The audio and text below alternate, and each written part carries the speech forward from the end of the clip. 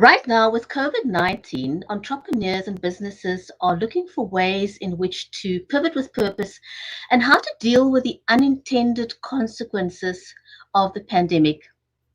Are you currently a business owner and do you want to know how you could use social media effectively to pivot? More importantly, would you like to know how to measure your success on social media and learn why it's important to embrace live video in your marketing strategy? Well, we've got your back today. Don't go away. We'll be right back with some winning strategies you can implement today.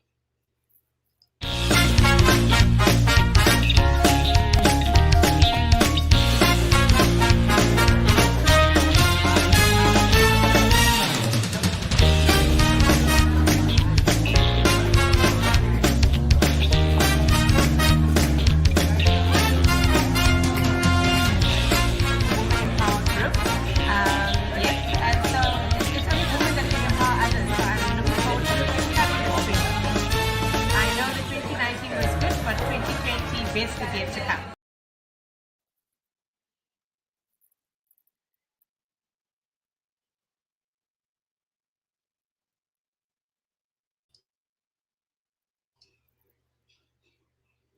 If you're just joining us, welcome to the show. I'm your host, Bridgetti Banda. Today is day 55 of the lockdown in South Africa. Do you want to know how you could use social media effectively to pivot? And do you want to know how you can measure your success on social media and learn why it's important to embrace live video into your marketing strategy?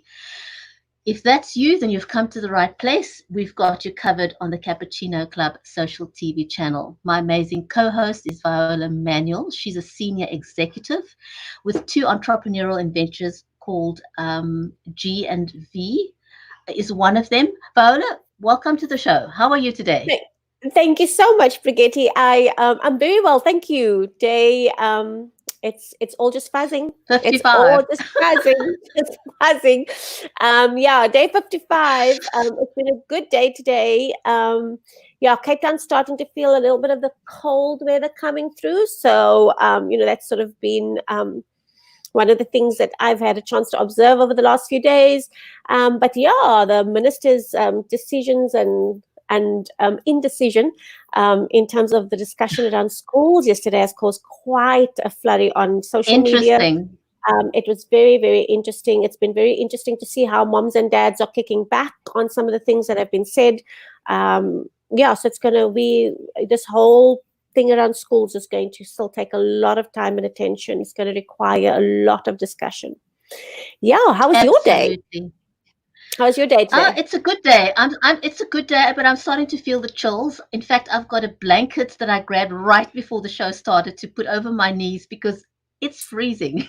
Yeah, I'm freezing anyway. Yeah. But other than that, I'm good. And so I wanted to say a warm welcome to all our audience and those of you who are joining us on LinkedIn. Welcome to the show on YouTube, on Facebook, on Twitter, on Periscope.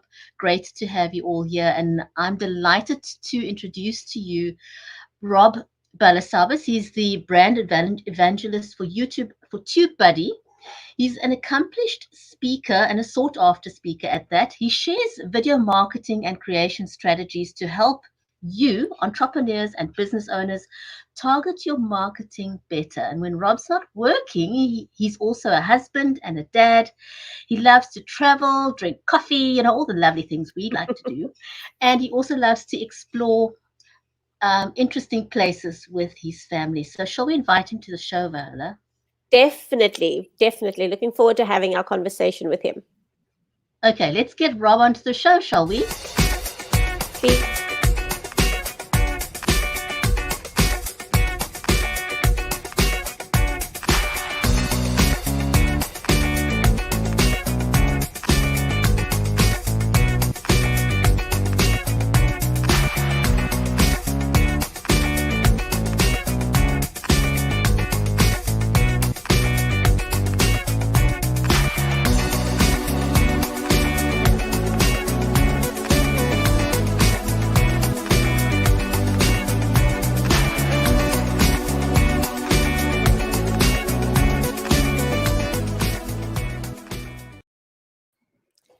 Hello. Good day, Rob. How are you? I'm doing well. I'm doing well. That is one of the best intros for a live stream that I've been on. So that's awesome. I Let was like me tell starting to. you, yeah, there's a standard Bridgetti is setting. Hey, I mean, it I brings a know. smile to everybody's faces. They're so completely taken aback by the intro. So, but welcome to the show. Thank you so much. Thanks for having me. I'm really excited to be talking to all of you today, to both of you and everyone in the audience today. So yeah, let's jump into it. Great to have you here.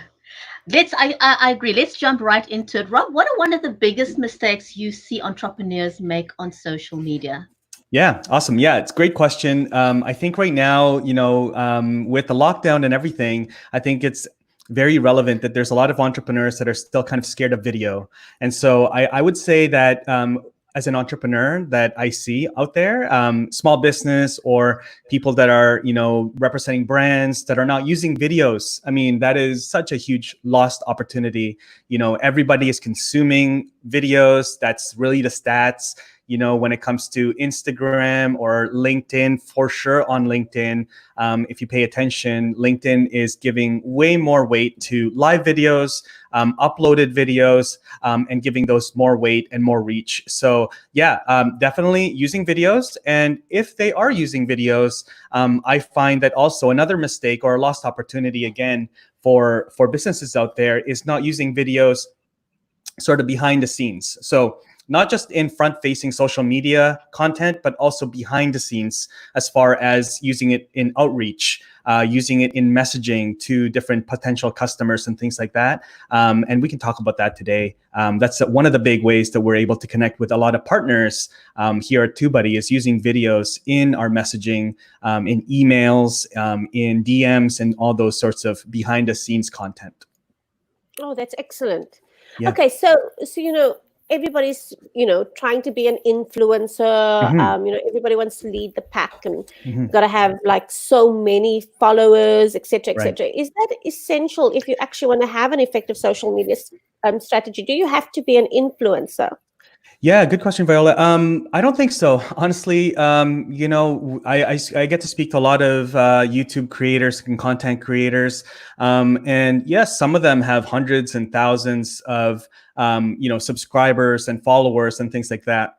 But there's a lot of them that are very successful that have very relatively smaller audiences, and, for example, one gentleman, George B. Thomas, he has a YouTube channel called HubSpot Sprocket Talk. And he talks specifically about HubSpot. It's a software, it's a CRM, it's a whole thing, but that's all he talks about. And he has, I think he has about 2,500 subscribers, and he's been on YouTube for quite some time, but he has a very niche audience.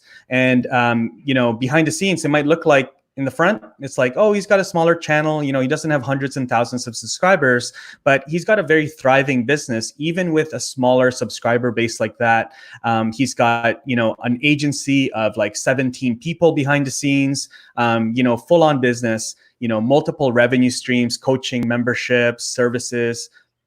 So yeah, I mean, you definitely don't need to be an influencer. Influencer, I think, gets, it's kind of a term that's thrown around quite loosely. What is an influencer? What is the minimum requirement to be an influencer, to be considered an influencer? I think regardless of how big your audience is, I think, you're influencing, if that's what an influencer is, you're influencing someone, even if you have, if you do live streams and there's like one person that tunes in, and they're learning something from you, that is a potential customer right there. So, eventually, as you do that more and more and you're consistent, people can they know what to expect from you, that if you are going to be showing up each week on a live stream, for example, kind of like your favorite TV show, then they know that they can expect you to show up, and so they will subscribe to you, right? They will commit to your channel and subscribe to you, and kind of make sure that they give you that commitment, because they know that they can expect that in return, that you will show up for them. So yeah, you don't need to be an influencer. You don't need to have 100,000 subscribers. As long as you are able to teach one person and help one person, and this is what I've learned myself in my personal channel. If you can help one person, keep that person in mind, because there's going to be other people like that out there on social that you can help. Yeah. So it's not about being an influencer. It's more about content and consistency, I guess, is what absolutely. I'm hearing you say. Okay. Absolutely. Absolutely. Yeah. Rob, one of Absolutely. my favorite questions here for you. Yes. Here we go. Why should one incorporate Mm. live video into your marketing strategy as opposed to regular videos? Or do you think we should use a mix of the two, and why? Yeah, good question. I love that question. Yes, you should definitely mix both, both of them, and I'll explain why. In my opinion, both of them have their own benefits, right? So with recorded video, people can search it. It's very if it's produced, it's edited, it's like exactly what I'm looking for. So for example, on my YouTube channel, you'll find some content about how to live stream. So if one of my most popular videos is how to live stream on multiple channels at the same time. Everybody wants to do that. We're doing that right now, right? And so somebody is looking for that question, an answer to that question, and they'll find it. So that's the benefit of pre-recorded videos, is that you can make sure it's really like crisp, edited. You can take out all the ums and all those things, and you can just deliver value when people are searching for it. And again, when you're sleeping and all that stuff, and you're not doing the live stream, you're not in the front of the computer. Right now, people are watching content. They're watching my YouTube channel. They're watching our videos on TubeBuddy. So I don't have to do anything. And that content in turn is building trust, building my authority, building my audience, and also driving traffic to our website, to my Patreon page, membership, my Facebook groups. And so it's doing the work for me. I don't have to be there. Now that's the benefit of pre-recorded videos. The back, like the con for it, I guess, is that it has to be edited, right? There's some work that needs to be done. You need to set up a studio to some sort. You need to do some editing. And so that's kind of where live streaming is kind of cool, because you don't have to do any editing, right? So you can just jump on live. But the nice thing with live streaming as well is that you have the interaction. So for us, we live stream on a regular basis, and really it's to build community, like what you guys are doing here. We're building community. We're having a direct conversation with our audience. They're able to comment. We're able to answer questions in the chat, and really, have that connection with our audience. They've probably watched our recorded videos, but now they get to interact with us, which is really cool. And, by interacting, a lot of people don't realize this, but it's more subconscious, is that if you live stream and you're able to field a bunch of questions, live, like, hey, ask us any questions. If you guys are actually like here live, ask us any questions about any of these, any of these topics. And if we're able to answer them, it's like, hey, that guy really knows his stuff, or that, that lady really knows her stuff. She's a real expert in this. Like, she has examples, she has stories, she can like give me strategies, and I can get value from that. And so live stream is great for that. So yeah, definitely I would use both. And some channels and some content creators, they're just doing one. They're doing a live stream, but the way that they do their live stream is kind of like a pre-recorded format, if that makes sense. Like they do the live stream in the beginning, like a recorded video, and then they leave the Q&A at the end, so that the people that are watching the replay, they don't have that like, oh, I feel alienated because I wasn't there on the live stream. And so the Q&A is at the end, but then they get all the benefits of that content upfront. So yeah, I would do both for sure. Mm-hmm. Mm-hmm. So great points, Rob. Yeah, thanks. That's really been helpful. So one of the things we've been speaking about on our show I think quite often, is the whole idea of the fact that now is not really the time for a hard sell. Now is the time, with the whole COVID-19, people are just really struggling to find their feet. Businesses are struggling to get back. So one of the things we've been encouraging people is, don't do this hard sell, rather do a live stream where you're sharing information, etc., etc. But how would you actually, you've got a lot more experience in this whole space, but how would you actually convert viewers into customers in the context that we find ourselves in? Everybody's economy is struggling. There's huge concerns around whether or not your business is even going to stay open. So how do you take viewers and convert them to customers? Yeah, it's a good question. It's kind of a touchy subject right now, right? Like, you don't want to be I mean, you don't want to be the person that takes, at a time when people are struggling. Now, there's some really interesting things out there. And again, these are just some things that I've come across, but, there is also a lot of people that are doing quite well during this time. There's a lot of, online courses, for example. A lot of people that have online courses are actually doing quite well. Their students and enrollment rates are quite high because people are, they're at home, and they want to learn. Again, I mean, there's all these things that go through my mind when I'm asked that question, because there's a lot of people that are, yes, they're laid off perhaps. And so now they're looking to learn a new skill, to, something really quick that they can learn so that they can get back into the job force, in some form or capacity, right? They want to learn a new skill, copywriting, video editing, whatever it may be. And so they're not necessarily going to go to school for that, because school will be, who knows when school's going to be taking, new students and, how that's going to look. But they can go to an online course and learn directly from somebody that, is practicing exactly that skill and can share that skill right away. So there's that. Now, there's also, I've seen some really cool models as well, where, for example, live streaming, there's Luria Petrucci and David Foster. They have a live streaming course. And so what they've done is they've actually I think they have a course that's like $500. And so, but during this entire time, they're like, here's our course, pay what you can, right? And so pay what you can. I think there's a minimum of like $10 or $20, but it's like, pay what you can. We want to make sure that we deliver value, but, that it's accessible and it's affordable. But we don't want to take away the value when something is free. And I've learned this because when I was working at Thinkific, which is an online course platform before TubeBuddy, if something is free, people won't give it as much value. They may not even take the course, even though it's free. So if I have a $500 course and I'm like, hey, Viola, here's my course. It's totally free. It's usually $500, but it's yours for free. You may not actually take it because you never paid for it. It's kind of like when you get free tickets to a concert or something. You're like, I really want to go. This is like $200, but you know what? I didn't pay for it, and I've got dinner plans, so I think I'd rather go to dinner plans.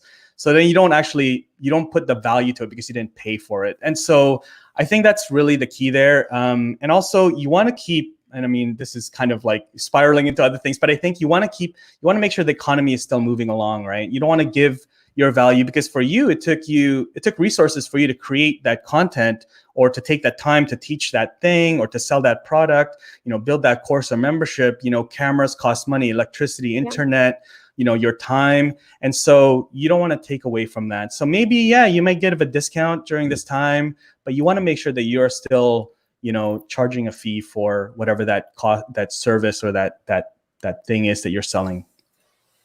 Okay. Very valuable points, Rob. Something interesting I heard the other day as well, and I thought, wow. Yeah. I forgot their name now, but it's the couple who does very, very well in terms of producing conferences. Mm-hmm. And they're now teaching people how to take their conferences online. Mm-hmm. And the other day I was watching one of their shows, and they said something quite interesting. And they said, there's a dynamic to taking conferences online that you don't have when you're doing a in-person conference. Because when you're doing an in-person conference, you're doing it, in front of tens of thousands of people sometimes. Mm-hmm. But how often do you, as an audience member, get to actually speak to the keynote speakers in person? Yeah. Mm-hmm. You don't. There's just not a chance, unless you part of the circle that gets invited backstage. But generally, as an attendee of an in-person conference, you're not going to get to speak to the keynote speakers. Right. But if you have a virtual conference, you can still have tens of thousands of people attending your virtual conference, but you actually get to speak to them, and they will, you can interact with them. So that is an amazing dynamic that we have to moving things online. Yeah, absolutely. It's kind of a different world. Like we speak to a lot of people that don't normally, they don't have the time to do live streams, but you're seeing a lot of content creators and, people that have very busy schedules that we'd never see live stream, but now they're live streaming because they're not speaking, they're not traveling. And sort of it's kind of interesting. And I'm really kind of curious to see how this continues on, because I do feel from talking to them that they're like a light bulb kind of turned on, where it's like, hey, I can reach so many more people from here in a day. I can do 5 conferences rather than like 1 conference, a week. I go away for a weekend. So I'm curious how they're going to approach, their business, that side of their business after the lockdown is, kind of lifted. So yeah, good point. Good point, Bridgetti. So just following on that, on your statement now, if you are somebody in the audience right now and you've not really embraced video or live video into your marketing strategy, and you're starting from zero, just like, where do I start? Yeah. What's your advice to somebody that says, I've never done this before, I don't know how do I start? Where do I start? Yeah, that's a really good question. So I would, it depends on what you want to do. So first think about which platform, right? So are you looking to build something on YouTube? Is that where your audience will be? Are you looking to build something on LinkedIn? Is that where your audience is? Or Facebook, a Facebook group, Twitter, Instagram? So really think about that first. So maybe look at, some of your data, some of your analytics, talk to some of your customers and see which platform they're hanging out on. Because if you have customers that came from there, then that's probably more customers that you can get from there. So that's probably where you want to build on. So that's first half of it. The second half is, what do you enjoy? If somebody says like, yeah, I think I really like Instagram, that's where I consume my content.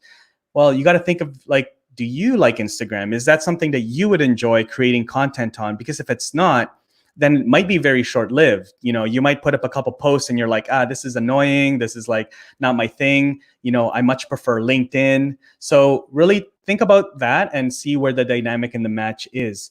Now you can build an audience anywhere, right? You can build, if you don't have an audience anywhere, you can pick a channel and you can build an audience anywhere. Literally, I do believe that no matter who your audience is, they're on that platform. A lot of people will say, oh, my audience is not on YouTube, or my audience is not on, Facebook. They're only on here. So I have to build it here. That might be true. It might be true, but I really believe that they're everywhere. These are people. And so they're all hanging out somewhere. So now once you figure out which platform you want to go into and you want to, invest your time building that audience, then I would start sharing some really short videos. Don't go full blown long 20-minute videos. Start learning the platform. You got to be a student of the content creation process, right? So, start creating, if it's Instagram, then what's the shortest kind of video you can create on Instagram? Probably Instagram stories, right? So create short Instagram stories telling people about who you are and what you do, right? Don't talk about, how much you charge and all that stuff. And like, you have a deal coming up right now. Just talk about what the benefits are. Maybe talk about some of your past customers, right? Talk about, don't make yourself the hero of your content or your channel. Talk about your customers, talk about the benefits of what you do, all those things, right? So really short videos. Don't get too overwhelmed, and don't get too overwhelmed with the production quality. The first videos are not going to look good. They're going to look horrible and you're going to be embarrassed about it, but you're going to be proud of them once you get better. 10, 20, 30 videos later, you'll be like, hey, look at my first videos. Look how funny I was. I still have my first videos on YouTube. And I purposely leave it on there because I can always look back and like, hey, look how bad I was. And so I can see that whole sort of true story thing above your head, saying like, this true stories, guys, true story. Yeah, totally. Yeah. So, and have fun, have fun with it. Find yourself some type of community, whether it's like this weekly show, or like find a community of people that are also trying to do the same thing, so that there's going to be days where you're like, oh man, my videos is really horrible, or like I got this comment, and then you'll find that other people are going through the same thing and they're like, yeah, don't worry about it. You need to have that support system as well when you're doing this kind of thing. Okay. Yeah. So Rob, that's amazing. That's great insight. I know that our viewers are going to really be able to learn from that.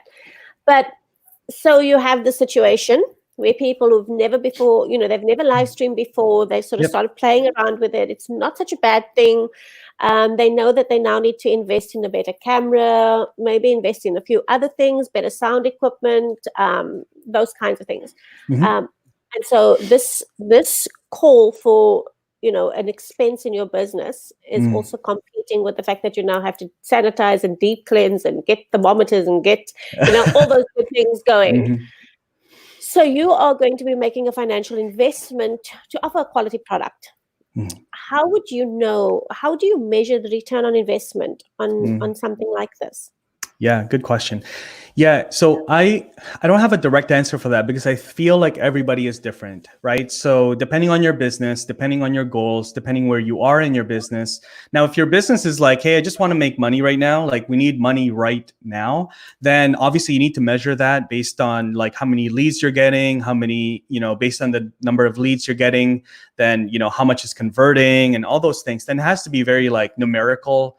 Like that's just really it. It's just like bottom line dollar. Like that's what you are measuring. Then you're measuring those things like how many leads, how much, what are the conversions from like leads to sales and all that stuff. So that's it. Like that, if that's like your goal, then that's it. Now, for other businesses, then it may be growing a community, right? So it may be like, how many new members are we getting? How many new emails are we getting into our funnel? At the top of the funnel, how many people are we getting into our Facebook group or, our different like communities, wherever you're building your community, right? So if that's what you're building, then that's it. Like, how many subscribers are you getting? Right? That might be your goal, right? You might be looking to build something so that when you come out of the lockdown, then you can really hit the ground running, right? So, it really, really all depends. Now, it could be traffic. It could be like how many people are clicking to go to my website. And so it really depends. Like to share sort of like for me, I kind of measure. So all the things that I do at TubeBuddy is really to build relationships, right? So it's not measured on like, oh, how many sales can we get in this live stream or anything like that. It's really like, how many comments can we get? Are we getting really engaging comments? How many members are we getting to go to our community, which is an actual forum. TubeBuddy has a forum, and that's how we build our community. And so that's what we measure. We don't necessarily measure from the live streams, how many sales and all that stuff. We do have a specific link that we use. If somebody wants to start using TubeBuddy, we use a specific link on the live stream so that we know, if we wanted to look back like, hey, this is how the live streams did. This is how many people are clicking. But if that is if you're measuring black and white that way, the thing that happens is that like most people, the way that their actual behavior is, they'll see this live stream, they'll see this Facebook page this Facebook post or LinkedIn post. They may not click on it right away, but it'll be something that they'll kind of like, they'll tuck it into the back of their head.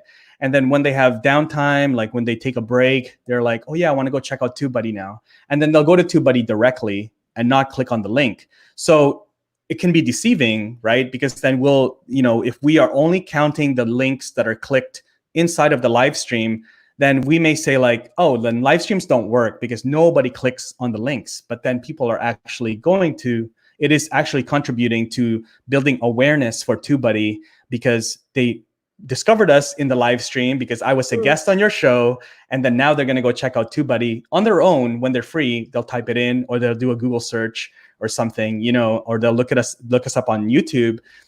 And so yeah, measuring analytics is very, very difficult that way, especially also in my world, which is partnerships. So how do you measure the value of partnerships, right? So how do I measure the value of this live stream versus going on another show's live stream, right? So it's very difficult to do that sort of thing when we get into sort of that gray area when you play around with awareness as being your measure, and that's your goal is awareness. Then other than using unique trackable links, it's quite difficult. Okay. Rob, thanks, because that makes a lot of sense. But, one of the things that we constantly sort of having conversations about is return on investment.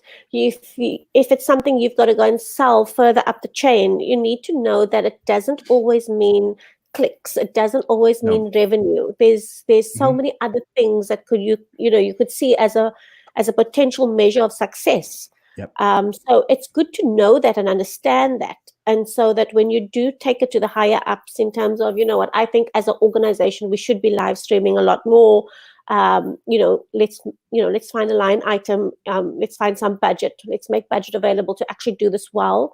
It does help to know that it's not always about clicks. It's not always about revenue. Sometimes it's just about something as important as awareness. Sometimes it's just about being the voice, being a voice, a lobbying voice, a advocacy voice on a certain topic. That makes a lot of sense. Yeah, I mean, and also just to add on to that too, is that there's another aspect that you don't notice if you don't pay attention to it. When you started doing live streaming and you start creating content, you may be invited to be a guest like this, right? Or you may be invited to speak on a virtual summit, right? Where then you're able to speak to way more people. And so there's opportunities like that if you don't pay attention to it and you're not counting it, it just happens. It will start to happen as you create more content because you're being visible. People are like, hey, this guy knows this stuff. I should probably bring him on as a guest, or, bring him on with my community or virtual summit, whatever it may be. But yeah. So yeah, hopefully don't just be super we need this bottom line. This is the only thing we're measuring. If we can't attain it to that, then let's not do it, because you may not be able to afford not doing it if you stop. So yeah. I also that's a great point. Yeah, you can't afford you can't afford not to do it. Yeah. It also just adds to your individual marketability. That's one of the things that I started thinking about as well. It's a great CV.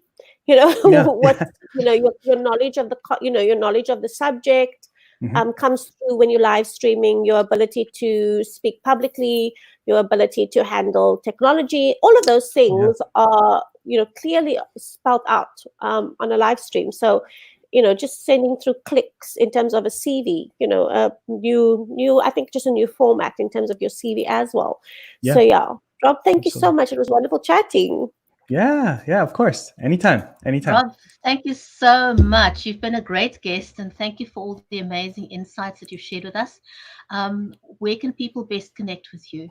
Yeah. Thanks again for having me on. This is awesome. If anyone has any questions, just feel free to connect with me on LinkedIn or my YouTube channel. Just really easy. Just search my name. Copy and paste my name, guys, because my last name is very long. So just copy and paste it on LinkedIn or YouTube. You'll find me there. And then anywhere, TubeBuddy is YouTube, LinkedIn, Facebook. I'm behind there as well. So yeah, thanks so much for having me on. This has been really fun. Great pleasure to have you. Thank you for watching, everyone. Join us every single day of the week for more on how you as a business can cope or pivot with COVID-19. On Tuesdays, we go live at 9 a.m. EST and 3 p.m. on GMT +2. And on other days of the week, we go live at 1 p.m. EST and 7 p.m. GMT +2. Thank you for joining us, and stay safe, everyone. We'll see you again tomorrow. Thanks, everybody. Bye-bye. Bye.